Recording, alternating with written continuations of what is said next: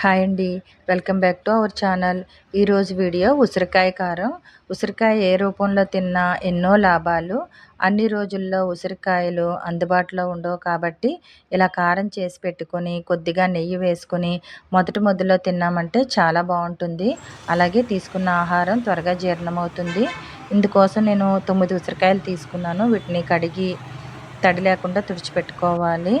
కొబ్బరిని ఎలా తురుముకుంటామో అలాగే ఉసిరికాయలని తురుముకొని అందులో పిక్కల్ని సపరేట్ చేసుకోవాలి.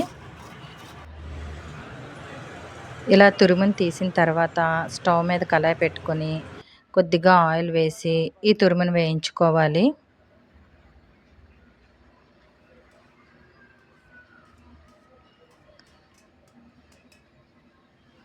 సన్నని మంట మీద లైట్ గోల్డెన్ బ్రౌన్ కలర్ వచ్చే వరకు వేయించండి. ఒక 10 నిమిషాల పాటైనా వేయించాలి. ఇలా వేగిన తర్వాత ఈ తురుమునంతటిని ఒక ప్లేట్లోకి తీసుకుని చల్లారనివ్వండి. ఇప్పుడు అదే కళాయిలోకి కొద్దిగా ఆయిల్ వేసుకుని చిటికెడు మెంతులు వేసి 1 టీ స్పూను పచ్చెనగపప్పు, 1 టీ స్పూను మినపప్పు, 2 టీ స్పూన్ల ధనియాలు వేసి వేయించుకోవాలి. సన్నని మంట మీద వేయించుకోవాలి ఇవన్నీనా. అందులోకి 1 టీ స్పూన్ జీలకర్ర వేసి వేయించుకోవాలి.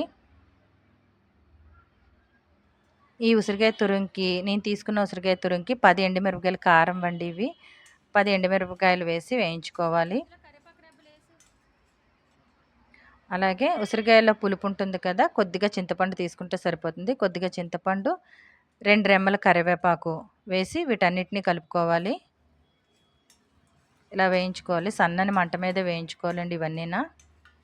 4, 5 వెల్లుల్లి రెబ్బలు కూడా వేసి వేయించుకోవాలి ఇందులోనే. వీటన్నిటిని సన్నని మంట మీద వేయించి ఇవి వేగిన తర్వాత ఒక ప్లేట్లోకి తీసి చల్లార్చుకోవాలి. ఇలా చల్లారిన తర్వాత మిక్సీ జార్లోకి ఒకదాని తర్వాత ఒకటి వేసి గ్రైండ్ చేసుకోవాలి.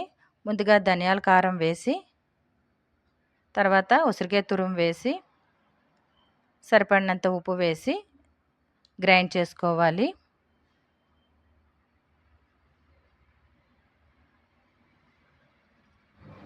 అంతేనండి, ఈ ఉసిరికాయ కారం. ఉదయం టిఫిన్స్లోకి ఈ కారం తీసుకుంటే సి విటమిన్ బెనిఫిట్స్ మనకి చక్కగా అందుతాయండి. ఈ వీడియో కనుక మీకు నచ్చినట్లయితే లైక్ చేయండి, సబ్స్క్రైబ్ చేసుకోండి. Thank you.